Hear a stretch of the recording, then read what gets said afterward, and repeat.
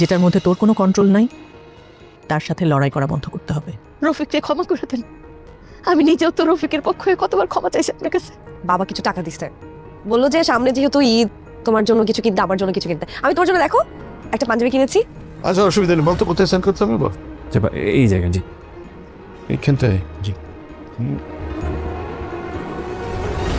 আসসালামু আলাইকুম বন্ধুরা, আশা করি সকলেই ভালো আছেন। তো বর্তমান সময়ে সিনেমাওয়ালা ইউটিউব চ্যানেলের সবচেয়ে জনপ্রিয় নাটক হলো এটা আমাদেরই গল্প। তো বন্ধুরা, ইতিমধ্যে এটা আমাদেরই গল্প নাটকের 36টি পর্ব আপলোড হয়ে গেছে।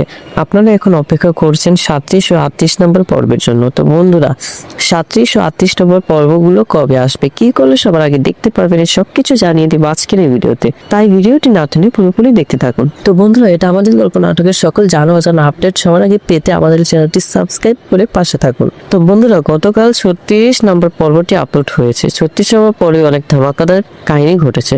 তো বন্ধুরা, 36 নম্বর পর্বে আপনারা দেখতে পেয়েছেন যে ফাহাদ টাকা খুঁজতে খুঁজতে পাগল হয়ে গেছে, তাও সে টাকা পাচ্ছিল না।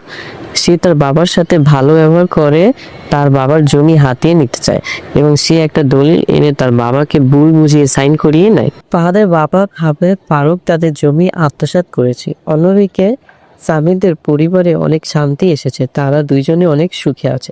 তো বন্ধুরা, মেহেরিন চাকরি করে টাকা উপার্জন করবে, সামিরও ব্যবসা করবে। এর ফলে খুব শীঘ্রই সামিরা বড়লোক হয়ে যাবে। তো বন্ধুরা, কি হবে 37 ও 38 নম্বর পর্বে?